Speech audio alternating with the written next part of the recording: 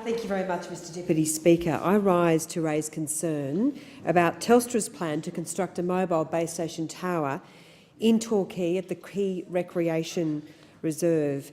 Mr Deputy Speaker, this must be moved to a more appropriate location.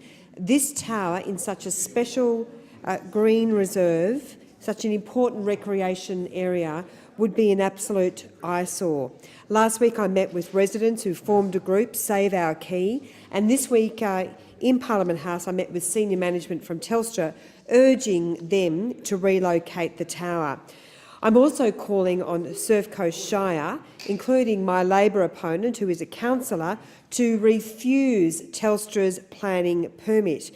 Of course, once again, Mr Deputy Speaker, we see Libby Coker terribly conflicted in her dual roles as councillor and candidate, which demonstrates once again that she's not prepared to put the people of Corangamite first.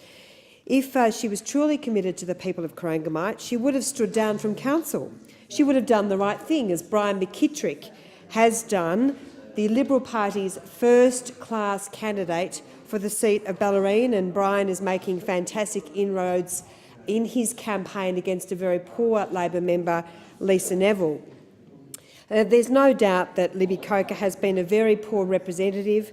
She initially backed a council plan to destroy the Anglesey Bike Park, to build the Messmate track bypass. She wants to destroy the town boundary in Anglesey. Development is out of control in many parts of the Shire, particularly in Torquay. And of course, as everyone knows, she has turned her back on thousands of families who are desperate for a pool in Torquay, which is vital for safety, for swimming safety, particularly for young children, for well-being, for health and for tourism. And of course, Mr Deputy Speaker, the people of Corangamite will not forget how she has now abandoned them over the city deal. She stood with the member for Corio and Daniel Andrews several weeks ago, announcing $150 million for some very good projects in both Corio, the electorate of Corio, and Wannon. But would you believe, Mr Deputy Speaker, not a cent of direct investment for Corangamite.